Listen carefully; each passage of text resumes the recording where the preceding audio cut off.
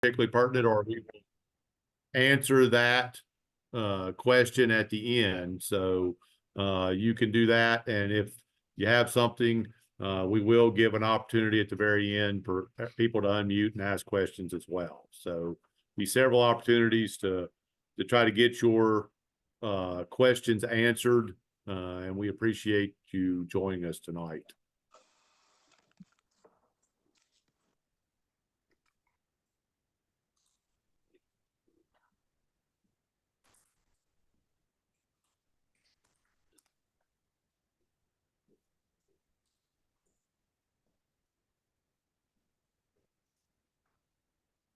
Okay, so I've got 6:01.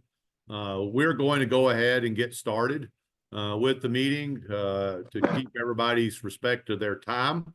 Appreciate everybody joining us tonight for this new topic that we have. Today, we're going to talk about HPAI, the highly pathogenic avian influenza, also known as H5N1, and the recent changes around this disease where it has been identified in dairy cattle. So we're going to do that. As I mentioned previously, Lisa McCormick is our moderator tonight. We have several speakers. We have Dr. Charlie Broadus, the state veterinarian. We have Eric Paulson from the Virginia Dairymen's Association, and Brandon Reeves from the Virginia Cattlemen's Association, that are all going to talk about the impacts of what's going on with this emerging disease. So my part of it, I'm just going to talk quickly about where we're at currently, and then turn it over to our other speakers. Just wanted to make everybody aware that there have been several names used both in the scientific organizations and also the lay press. HPAI, highly pathogenic avian influenza, is a disease that has been around in wild birds in the poultry industry for a long time. Dr. Broadus is going to cover some of the history of that in Virginia with his talk. And that's the organism that has been identified in dairy cattle in 8 states in the U.S. currently. There was a move at one time to call this disease bovine influenza A virus. That was kind of spearheaded by the American Association of Bovine Practitioners. And then obviously in the lay press, you'll oftentimes hear this just simply referred to as bird flu. USDA stance and NCBA stance is due to the fact that genetically this is HPAI and genetically identical, and it's not really undergone significant mutation that we can do. That is the official terminology that at this point in time is going to be used, is HPAI, or highly pathogenic avian influenza. I think it's important for everybody to realize that this is an emerging disease. New information is rapidly becoming available. We are learning things on a daily, weekly, bi-weekly basis. New information from it. There are new changes coming out from USDA and that sort of thing. And so we're going to try to give you the most up-to-date information as of 6 o'clock tonight. But be aware that it's changing. Hopefully this meeting will be helpful to you. And our plan is, if enough new information comes out, enough changes come out, either from a regulatory standpoint or just knowledge of it, we will do this again. But be aware, we also provide you some resources at the end that will help keep you up to date. USDA, VDAX, and Extension are a good source of information. Beware, as that with every other thing else on the internet, some websites and news outlets provide less accurate information. I ran down a lot of questions on whether this was caused by feeding poultry litter to lactating dairy cows, which we don't do in the U.S. And when I tried to find out the source of where that information was coming from, it was coming from some newspaper outlets in England. that were publishing that and guessing that perhaps that's why we have had this occur. And so just be aware there are good sites for information and other sites that are not nearly as good for sites for the information. To help you understand things, USDA is identifying high-path AI completely differently in poultry versus cattle, and that's an important distinction. In poultry, the USDA considers it a foreign animal disease. And so that's where they will go in and depopulate poultry flocks, do a lot of surveillance testing and try to get that stamped out in an area. We've had that in Virginia a couple of times during that I can remember during my practice lifetime. It's currently ongoing in Michigan in the poultry industry up there, and has gone on in other places as well. In cattle, USDA is considering this an emerging disease. And so there are no depopulations happening. I had a question at a meeting last week about somebody had heard that 18,000 head of cattle were depopulated because of high-path AI in Texas. That was emerging and confusing of the stories that related to the tragedy of the explosion and fire that killed 18,000 head of dairy cattle, some time ago with this disease. And so that's part of the be careful about how things get confused and recombined and that sort of thing. But currently, nor do we think that there are any in our best guess crystal ball at this point in time, no deal to try to depopulate cattle or anything associated with this disease. Quick history of where we're at with this. Late February into March, there was talk about some mysterious illness affecting lactating dairy cattle in the panhandle of Texas. That was going through discussions with the veterinary community and everything.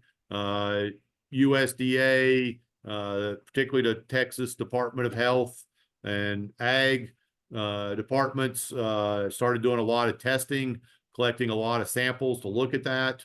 And then that led us to March 25th, when the USDA announcement that high-path AI is thought to be the causative organism of this disease that was being seen in lactating dairy cattle that was different than things we'd seen in the past.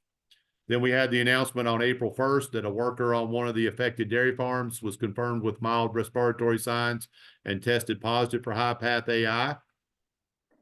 As we moved from March into April, we've now had 8 states, as of the last information that I have, that it has been identified in dairy cattle. And then just yesterday, we had I got FDA, sorry, that should say USDA. The April 24th USDA announcement that lactating dairy cows being shipped interstate across state lines will have to be HPAI test negative within 7 days of shipment. And Dr. Broadus is going to go into a lot more of the regulatory deals and that sort of thing. Here's the current map of states with positive dairy herds. And so you can see where those dairy herds are located and everything.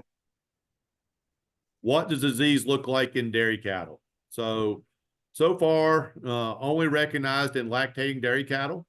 Approximately 10% of the cattle in a herd are said to be getting sick with this disease. They have a severe drop in milk production.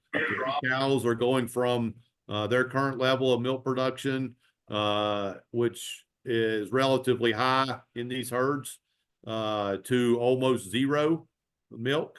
Variable GI signs, the infamous ADR ain't doing right, just feeling bad, being a little slow and not quite right. Unlike many diseases which tend to affect fresh cows, those cows that have recently calved, if anything, this disease has showed a trend towards more mid and later lactation dairy cows and that. Very thick milk from this limited milk that they do have. There's been essentially no death loss in these cows. They have had not had any almost no reports of death loss. However, many of the cows have had to be sold as culls or be kept to be sold later as culls as they cleared up and became clinically normal. animals, they did recover, but they did not come back to their milk, which is not that surprising. That cows in mid to late lactation that suffer a severe drop in milk production to not come back to enough milk to make them profitable to stay in the herd. Predominantly, it's been thought to be spread from infected wild birds. And in talking to our poultry specialist and bird specialist here with VDAC, Dr. Jess Walters, who is a wonderful resource for information, waterfowl are the most commonly identified positive birds that are found that are positive for HPAI out in naturally wild birds. So I'm going to give you my best shot and then turn it over to our other speakers to follow up on this. What's it mean to you? What do we currently think we know? The biggest probable impact is the impact on cattle prices. You know, if you were watching cattle futures when the USDA made their announcements on March 25th, April 1st, and April 24th, then there were significant drops for at least a day or two typically. Although today I noticed that most of the cattle futures, the last time I looked, middle of the afternoon, were back up. Some recovery from yesterday's drops, but they have seen significant drops. And so that's an important thing for you guys to take into consideration. Every time one of these announcements comes out, futures do go down. Currently, USDA stance is there's no human health risk to consuming beef or pasteurized milk products. There is some significant concerns over the potential of consuming non-pasteurized milk or non-pasteurized milk products from currently infected cows, and certainly something that the public and dairy farmers should be aware of. There does appear to be a slight human health risk in working in close proximity to sick cows, as evidenced by the one worker that got or that was positive for HPAI and had mild respiratory signs. So it is something. Recommendations, simplistically as I can make it, essentially the recommendations that are currently out there are essentially about the same as it is for having COVID. If you're really concerned, wear an N95 mask while you're working around cattle that are thought to be infected with this, and try to, as much as possible, try to stay outside with good ventilation and keep 6 feet away. So those are pretty much exactly the things we became used to with COVID. Okay, currently there are no restrictions on moving healthy cattle, and Dr. Broadus is going to cover the fact that that all changed as of yesterday, and so he will be going over that. The last thing I want to cover is this deal. The milk, it is found in the milk quite significantly. There have been quite a few things out there with this deal. And so the testing that's most commonly done for HPAI is PCR testing. That's polymerase chain reaction testing. That is what we're looking for. There is the DNA for a very specific organism that the test is being run for, and we're looking to detect that DNA. This is the exact same testing that you hear about in court cases, both the real live ones and when you're watching TV shows that are talking about testing DNA and all that stuff and identifying the killer and whether or not you were there in the spot and everything. That's the same kind of testing. The important thing to understand with PCR testing is it does not differentiate between live and dead organisms. So these animals or this testing, that when we run PCR testing, that does not tell us anything about whether there are live organisms in an animal, in pasteurized milk or anything like that. And so just wanted to be sure everybody was up to date on what the majority of the testing is being done and its limitations in what it can tell us. And so with that, I'm going to turn things over to our next speaker, Dr. Charlie Broadus, and let him expand on some of the things I mentioned and cover some other topics as well. And so Dr. Broadus is our state veterinarian. He is working closely, getting information from USDA and regulation from USDA, and then figuring out the best ways to implement this information to our Virginia producers. So he's doing a very good job with that so far. So Dr. Broadus, I'm going to turn it over to you. Great. Thank you, Dr. Curran. I appreciate that. That was a great overview in a short period of time. You can hear me and see the presentation okay? All right. Looks like I'm good to go. All right, great. Well, great to be with you, everybody, here tonight. I'll give lots of credit to whoever's idea it was to have this webinar. It worked out to be extremely timely and a great idea. I don't know if that was Lisa or Dr. Curran or someone else, but good job for thinking of that. I'm very glad to be a part of it.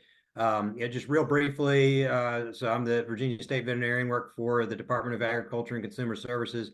I've been with VDAC since 2009 and State Veterinarian since 2016. Born and raised on a dairy farm in Hanover County. I did mixed animal practice for a little bit before coming to VDAC, and a PhD at Oklahoma State University where I focused on viral diseases. So that's a little bit about me. A lot of this is going to be repeats. I might skip through some of this that Dr. Curran already covered so well and focus on a few other areas, but repeat never hurts. Again, we haven't had any cases in Virginia. It's not a food safety issue. We're following the situation very closely. We're monitoring it very closely. It's a concern for sure with the detection of the virus in cattle, but it does not seem to be a cause for alarm at this point, both with respect to its implications on human health as well as animal health for that matter. It's certainly an evolving situation, so appreciate some of everyone's patience and bearing with us on the fact that everybody's trying to figure out best cases and best way forward here with it just detected about 4 weeks ago. As Dr. Curran said, it only affects dairy cattle. I'll talk a little bit more about that and why perhaps we don't see it in other types of cattle. Typically only causes mild symptoms. They recover in about 2 weeks. There are some cases where milk production can go down and maybe more severely affecting the cattle, but the typical response is to bounce back. And as far as the response goes, USDA does have the lead, and they are working closely with other federal agencies such as FDA and CDC in communication with us state veterinarians. But as I'll get to here on the slide, the decision to implement movement restrictions across the country came about pretty suddenly yesterday without a whole lot of previous notice on that. So just real quickly about influenza, won't spend too much time for everyone to become experts on this, but the virus itself mutates, and that's just a word to denote that it changes, it evolves over time. That's what the virus does, what a lot of viruses do, and so it can be all kinds of different strains or clades of the virus. They're typically it likes to go into three kind of big broad groups: those viruses that have a predilection to infect humans, those that have a predilection to infect swine, and those that have a predilection to infect avian bird species. But as you can see there on the other side, there's some little subgroups where it'll infect horses and seals, bats, dogs, occasionally things like that. But those are more rare. And cattle is not even reflected on that picture because even though it was known that cattle can become infected with influenza A viruses, it was very unusual. It's not a component of shipping fever vaccines or anything like that. It's not something that researchers typically see at all. It's not something that's typically seen in cattle, which is why it's so surprising when we found it there.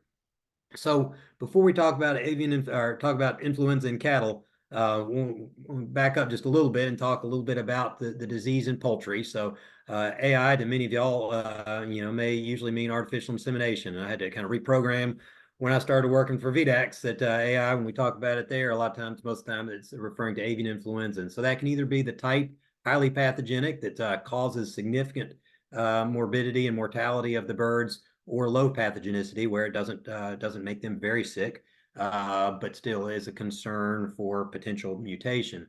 The source, as Dr. Curran said, the source of the virus is wild waterfowl, so ducks and geese, and it's shed in large numbers from infected birds and they're dropping. So everywhere in the environment, wherever ducks and geese fly overhead, which is everywhere where they may defecate, there's a possibility of having avian influenza in the environment.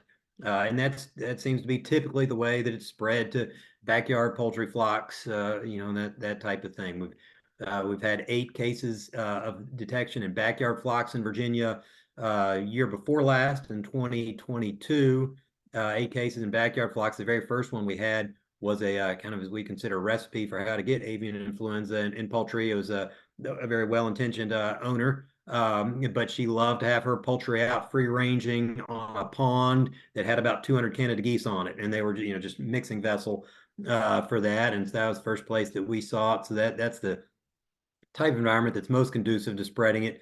Obviously, commercial poultry being housed in separate houses and taking precautions to keep those birds away, wild waterfowl away, goes a long ways towards protecting those.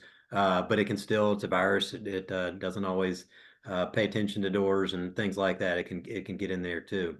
So previous detections in poultry back in the 1980s, there was a big outbreak in Virginia. 2002, there was another really big one, 197 farms affected up in the Shenandoah Valley, about 5 million birds affected at that point, either sick or had to be put down due to it. That's 22 years ago. That was the last time that it was really bad in Virginia before this much more recent outbreak. We had one case in 2007, 2015, 16. There was a number of cases across the country, but we did not have any here in Virginia. But again, this 2022 through the present is when we've had this current strain that we're dealing with, H5N1. It is the most costly animal disease event in U.S. history as measured by USDA dollars, both in direct and indirect impacts on the industry. Again, we had the 8 detections of backyard flocks, 2 in large commercial flocks. The response on that is rapid euthanasia, also known as slightly different, but depopulation of infected birds, which we conduct just as humanely as possible. It's certainly something that we take very seriously to do that as humanely as possible and to do it as quickly as possible, especially in areas where there's a lot of density of poultry operations. It can get out of hand very, very quickly. And so that's one reason why it's so important to react quickly in those cases. In the cases we had, just to paint a picture of the commercial flocks, we had 2 flocks in Rockingham County in 2022. The first turkey flock was 24,000 birds. The second one was about 11,000 birds. They were dying when the company veterinarian took the samples, submitted to the lab because of significant birds, turkeys sick and dying very, very rapidly. And so we were able to get in there within 24 hours and depopulate those infected birds, and we're very glad to be able to keep that spread down. It only affected those two birds at that time, 2 flocks at that time, sorry. Prevention, the big focus there is biosecurity. Biosecurity, we preach that. People probably get tired of hearing about it, but and that's just all the measures that can be taken to hopefully prevent the introduction of that virus from the environment into the poultry barn, into the area where the poultry are kept. So that means excluding wild birds, obviously, from the area, being careful to wash boots, boot covers, things like that, to prevent the accidental stepping of through goose droppings and the grass outside into the barn. It just takes one step there, and a curious bird will peck at that, get into the poultry house, and can spread it around. So biosecurity is really the primary thing. Vaccination question mark. I put down there, theoretically that is possible. Some other countries are implementing it. I would like to see that as a potential tool to be used, but right now it's not available for use for poultry in the U.S. It does have some implications. If we were to start vaccinating, it could negatively impact our trade agreements with trading partners as far as export of broiler meat and things like that, which is obviously very, very significant. So if those trade agreements could be renegotiated, I think that could give us an opening to potentially use vaccination to help reduce. But it does. Y'all know this very well. Vaccination is not a silver bullet. It would not fully reduce the chances of getting AI, but it could reduce them, and so it could be a good tool. We work very close collaboration with the poultry industry, just as we try to with all the industries we deal with, equine, cattle, pork, everything. Obviously we work closely with the industry, and when we make decisions, we try very hard to make them in lockstep with them, because we know how it can affect them directly.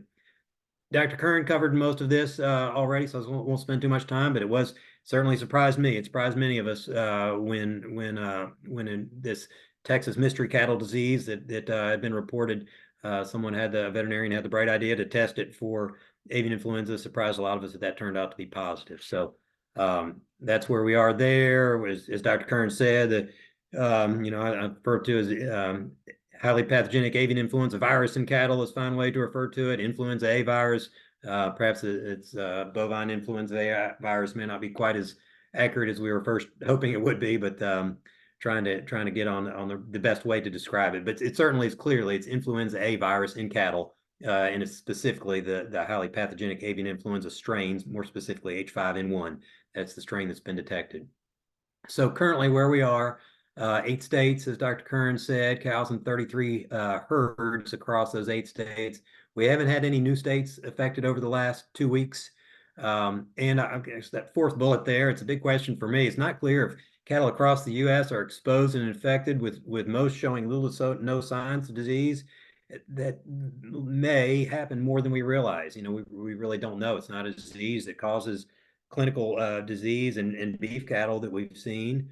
And so it's and then there are plenty of diseases out there like that, many diseases that they cause minimal to no sickness that run their cycle through an animal, a different species. It affects all kinds of different species, and so that can happen. Viruses do that all the time. And so it may already be out there, and we just haven't been looking for it. So the epidemiology and USDA has the lead, working closely with other federal agencies. Just to acknowledge they have received some criticism for not being as transparent or responding more urgently, but in some of that there may be some validity to some of that. But again, I try to understand that it is just a few weeks into this current situation, a lot of new information and some challenges. You can just do a Google search for USDA HPAI livestock, and you'll get their USDA's current website that lists all of the currently 33 last time I looked findings, unless it's gone up by 1 or 2 since then. USDA is performing genetic sequencing. We don't currently have the ability to do that in our labs. We do PCR all the time, but genetic sequencing is kind of the next generation of testing, and that can go really down to very, very specific strains. And so we send samples to the USDA's National Veterinary Services Lab for that genetic sequencing. So some questions, challenges, observations, don't have answers to all these, but is it more likely that cattle may infect poultry or vice versa, or neither? Sometimes the disease has been found in poultry and dairy cattle in close proximity, and perhaps it came from the cattle to the birds, but if it's high enough in the environment, they both could have become infected at the same time too. It's been, I think we don't have any evidence or not much yet about smoking guns in a lot of cases, but those are good questions.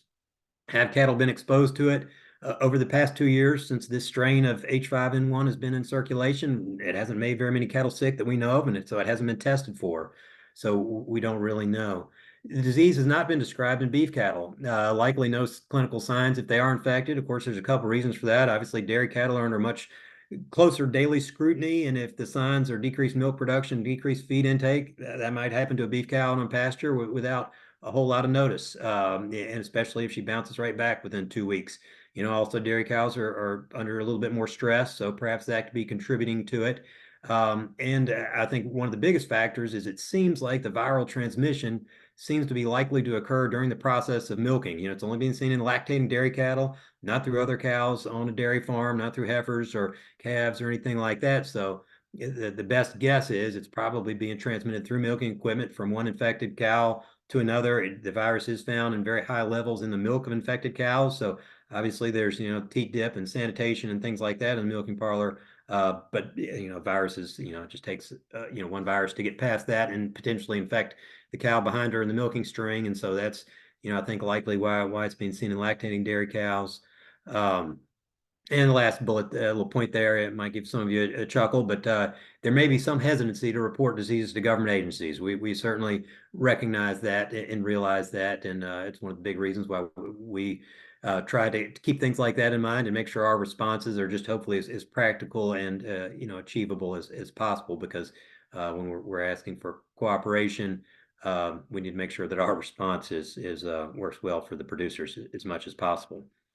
So this is a slide on considerations on cattle movement restrictions with a big update there at the bottom, as Dr. Kern mentioned there. So the existing system across the U.S. is focused on animal health prior to movement, includes, as many of y'all are aware of, certificates of veterinary inspection or CVI or health papers. So that involves an accredited veterinarian going out to examine animals within 30 days of movement and certifying that they're healthy.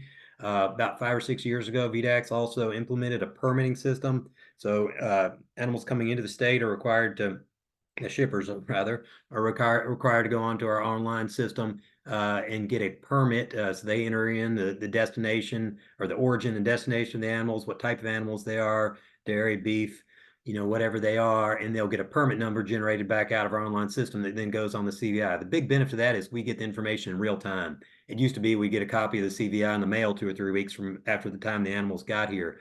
But now we know in real time, so we're able to look and see if we did have any movements from any of the affected states very early on. So we felt like we had a good, strong system in place to be able to keep an eye on those things without implementing any further movement restrictions that can have negative effects on the individual, on the industry, as well as potentially, as I've got there in the third big bullet point down there, when states start doing that to other states, foreign countries look at that and say, hey, maybe we ought to put up bans on exports of dairy products from the U.S. to our country. And a few minor trading partners did do that in response to some of the restrictions that were being put up. So we felt like we had a good system in place and felt comfortable with that, and that was consistent with USDA's recommendation as well, especially because of the trade implications. They were happy not to have significant trade implications between states. That all changed just as of yesterday. USDA surprised a lot of us, and I was on a call where they announced that they were changing their posture, as they said, and issued what they call a federal order, which requires pre-movement testing of all lactating dairy cows being shipped interstate. So it only applies at this point, at this time, it only applies to lactating dairy cows that are shipped from one state to another. And that will become effective on April 29th. And that will require that each individual cow, according to the USDA rule, as we currently understand it, each individual cow that's being shipped interstate would be required to have a milk test from that individual cow, ideally from milk from all 4 quarters. Just a 1/2 milliliter milk total is all that's required, but ideally from all 4 quarters. And that 1/2 milliliter milk would need to be tested within 7 days prior to shipment. So it'll take some pre-planning there. Those samples will need to come to our lab. Our lab will get the results out at the longest 3 days turnaround time. I think that's probably on the long end. We PCR test usually is run same day. We would do our very best to get the results out next day if at all possible, but at the longest 3 days later. So that would give plenty of time. Well, I know it still would be a time crunch, but that's the USDA requirement is within 7 days. And so we get the lab results out within 3 days so that there would be time to have those negative results in hand notated on the certificate of veterinary inspection as the cattle move interstate. So we don't have a ton of lactating dairy cows moving into or out of Virginia. It happens sometimes, herd dispersals and things like that being the most common time when that would happen. But those do happen.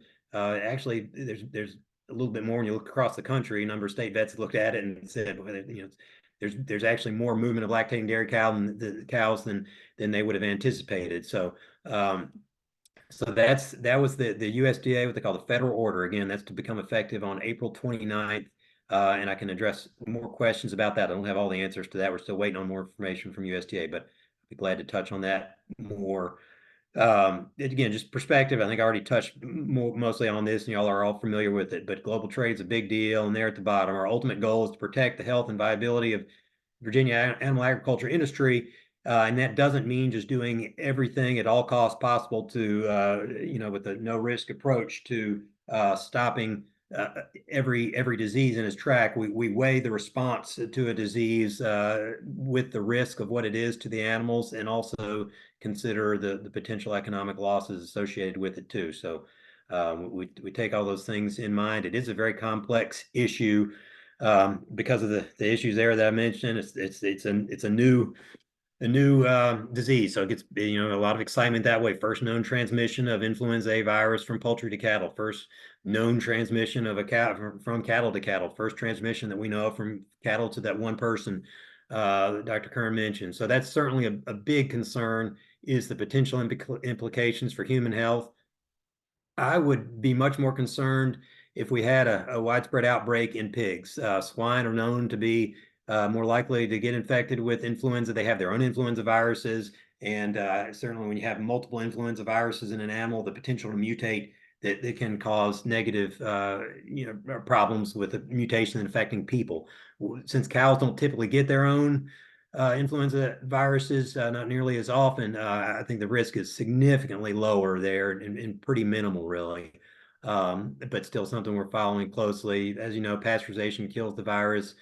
So the update there, Dr. Kern mentioned that too, the RNA that was found in pasteurized milk sample, not unexpected, although I am very curious about where that milk sample was from.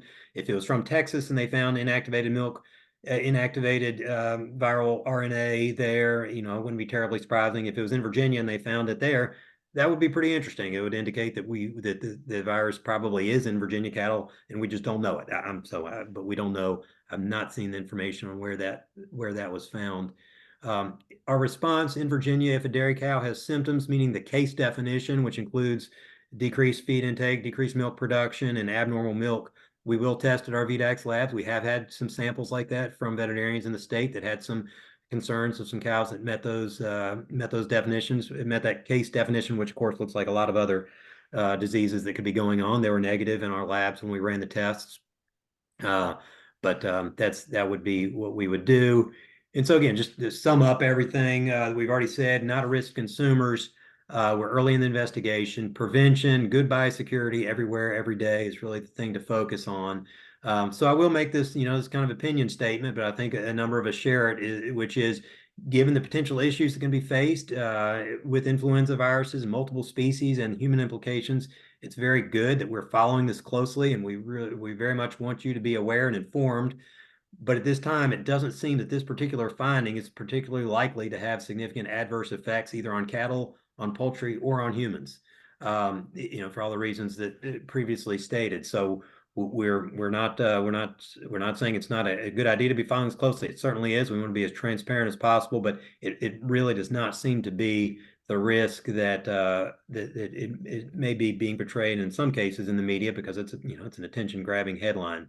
So that's where we are there. I'll let me end the slideshow there, and glad to pass it on to the next speaker or to take any questions, whatever Dr. Kern or Lisa y'all think is best. Thank you, Dr. Broadus. Lisa's monitoring the chat, and we'll have some questions if there are some for you to answer at the end. We are very lucky to have a state veterinarian with an agricultural background. Dr. Broadus has been very good and very reasonable approach to this new deal, and so he did an excellent job with this and is keeping us abreast on that, and it's a wonderful presentation. So there are a couple questions. We'll let you go ahead and take those. Lisa, you want to give him those two questions real quick? Yeah. So Cynthia asked if there's any testing needed for the cold cows. Good, great question. So still unknown at this point from USDA's guidance. I've not been involved in their in-depth discussions on that.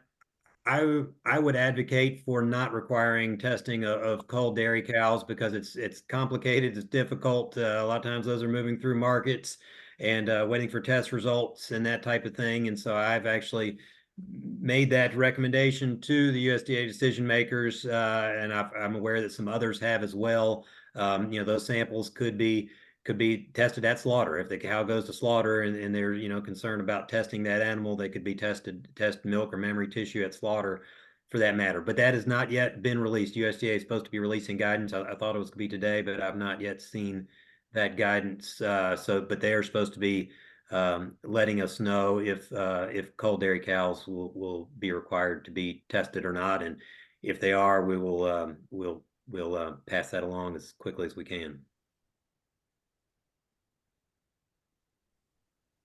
The next question is from Lake, and then if a dairy herd tested positive in the state of Virginia, would we be notified on the specific location?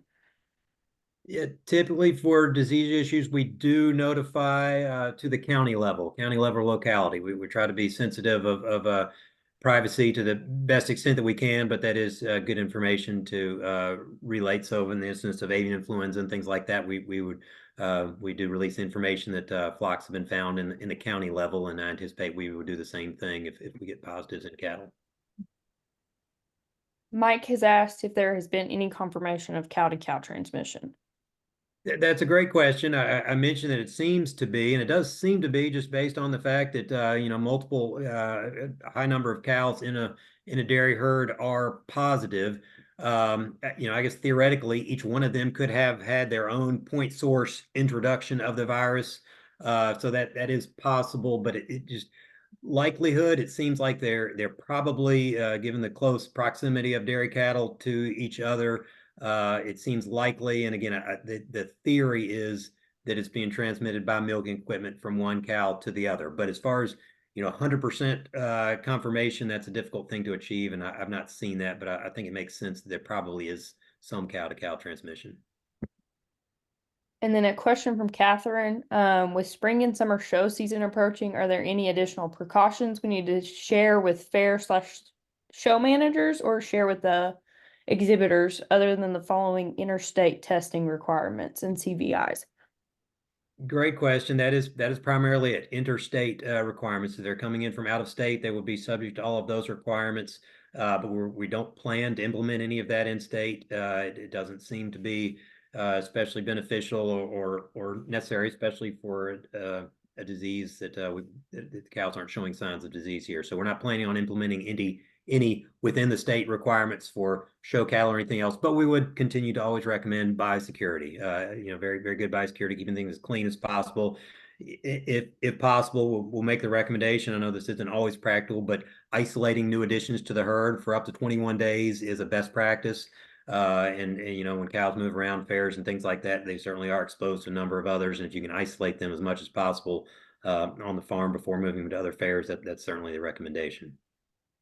Perfect. Andrea asked, do we expect this virus to mutate and continue to be a problem for dairy cattle and then possibly affect cattle for other usage? Example for beef only, etc. Or do we expect this to be a one and done?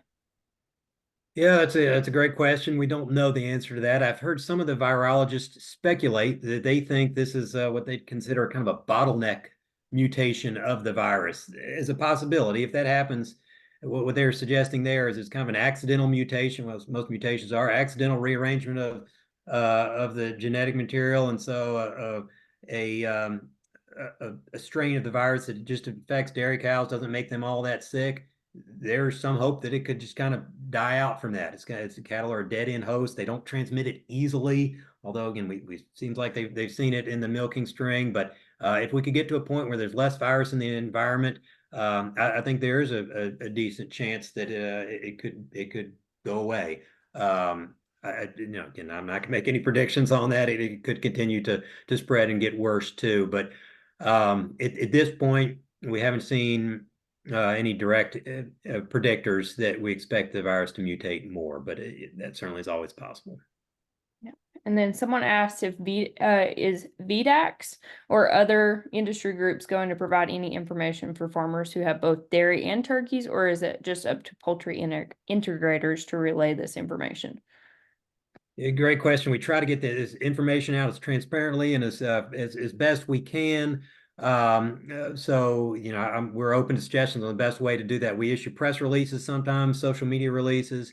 We get information out to the Poultry Federation, which shares with all of their members.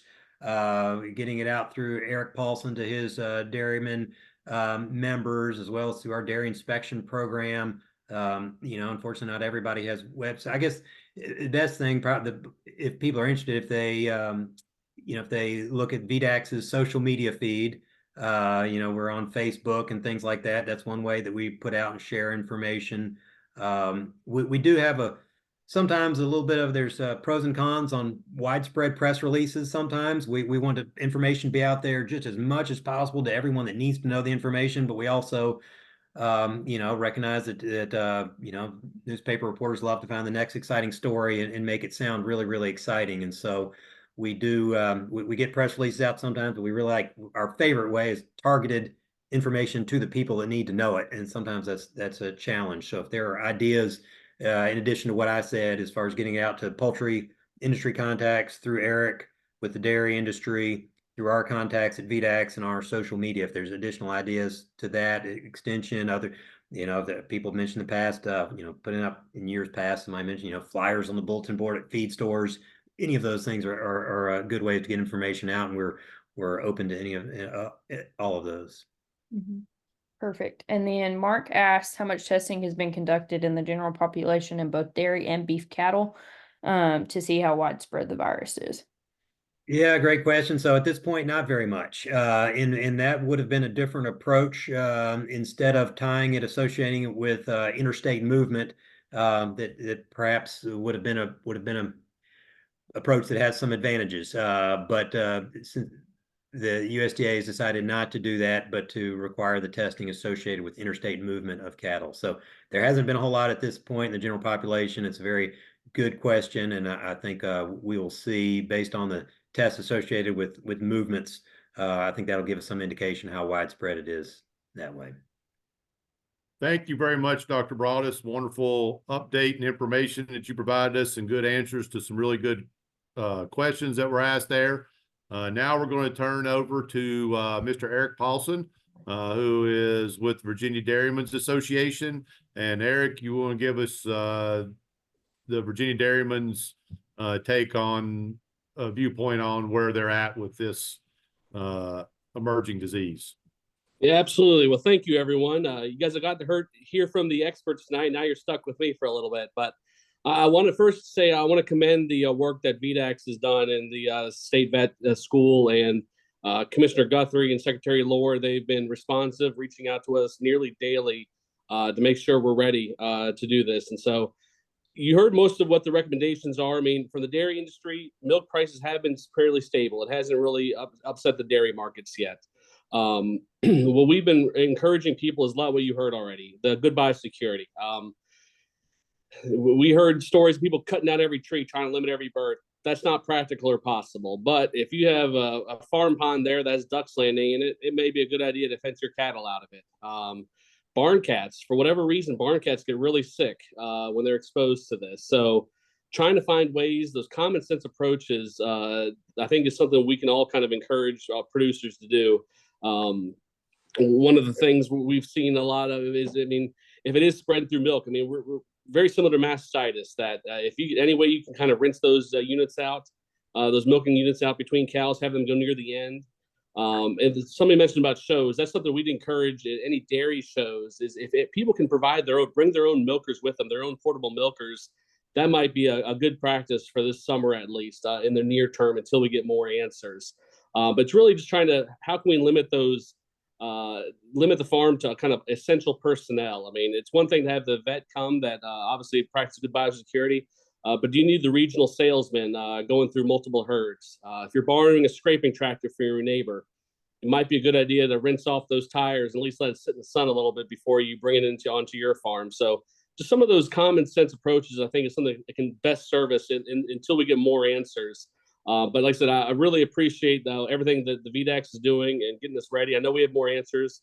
We want to know about the culls. Right now, it only applies to lactating animals, but there is the possibility they can expand that beyond those. So we want to make sure we have all those answers so we can share them with our producers. But really, like I said, they have all the answers, and I'm just here kind of to help out and spread the message. But I really appreciate the time.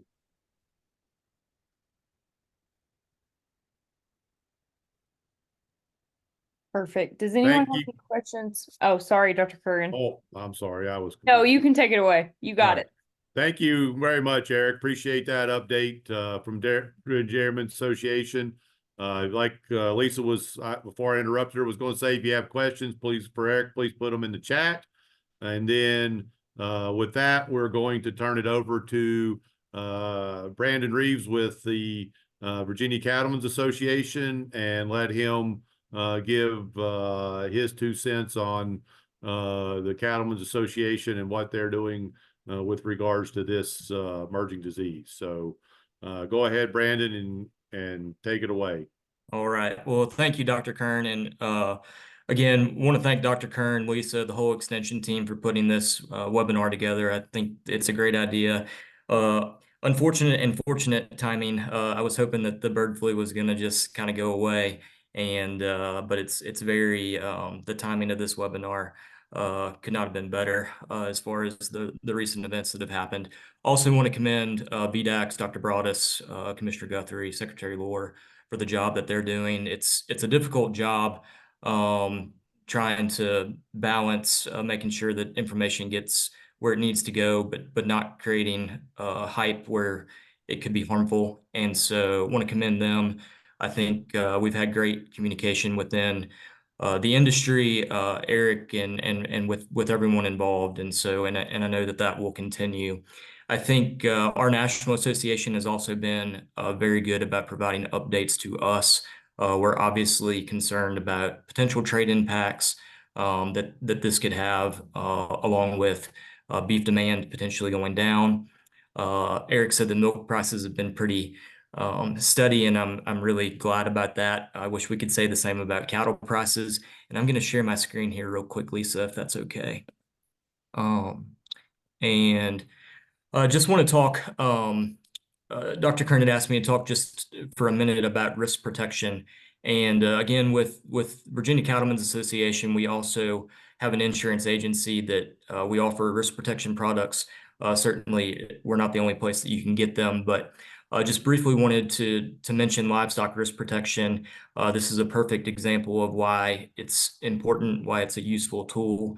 And I just have a couple of slides to talk about that and then demonstrate how it has been useful and will hopefully be useful in helping protect producers from things like the bird flu. So what is, let me start slide here. Okay. Can you see my slide, Lisa? Yes, you're good. Okay, perfect. Okay, so livestock risk protection. What is LRP? LRP is national price protection. It puts a price floor under your cattle. So you can lock in coverage prices for the future based on where the CME futures market closes each day. So these prices, the coverage prices that you can buy, change daily based on what the market does. The coverage price that you buy is compared to the CME feeder cattle index, which is the cash price of cattle on your end date. So what you get for your cattle does not matter. It's all about your coverage price compared to the CME feeder cattle index on your end date. And that'll make sense with an example here in just a second. So how does it work? Coverage prices are available around 4 o'clock every afternoon that markets are open, and they're only good until 9 a.m. the next morning. And so they shut us off at 9 a.m. And then we don't have any offerings until the market closes at the end of the day. I did want to mention there are price adjustment factors. So everything is based off of an 8-weight steer. That's what the CME trades on.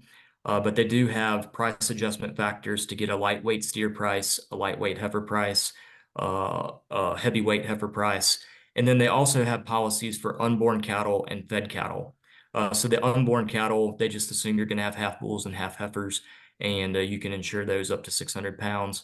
And then fed cattle, again, those are going to be based off of the live cattle board. Endorsement lengths, so 13 weeks is the shortest policy that you can do. And if they have the offering, you can go all the way up to a year out, price protecting your cattle. Your only requirements are that you own the cattle when you buy an LRP endorsement, and that you own them at least 60 days prior to your end date. You do not have to sell them. You can retain ownership past your end date, but you got to have them the majority of the time that you have them insured. So this is a very basic example, and this is where livestock risk protection has really proved its worth. So on September 15th, and this is a real example that we had with several producers actually, on September the 15th of last year, a producer bought a 30-week LRP endorsement for 8-weight steers at a $271.24 coverage price with an April 12th end date. Fast forward to April the 12th, bird flu had hit. CME feeder cattle index was 241.07 per hundredweight. So the premium for this endorsement would have been $787,100. The indemnity, which if you subtract 271 minus the 241, you get a $30.17 per hundredweight indemnity. The producer payment, you subtract off your premium, that's $22.30 per hundredweight, or $178.40 per head for an 8-weight steer that was paid to the producer who had bought this coverage price. And so that's what this is. It puts a floor under your cattle based on the national market. And again, it in situations like where the bird flu happens, that's why you buy insurance. And the producers that had those policies, I'm sure, were or will be thrilled that they had them. Again, bird flu impact, and this is just showing you what our offerings were in November. So on March the 19th, before all this broke out, you could have gotten a 270 18 per hundredweight coverage price for November the 12th. Fast forward to April the 10th, the November offering, again, it was for November the 6th end date, but was $249.96. So you're talking $21 less per hundredweight. And then it's bounced back up a little bit. We're back up to 258 coverage price for November the 21st. But again, if for folks who bought March 19th, probably feeling pretty good about their purchase.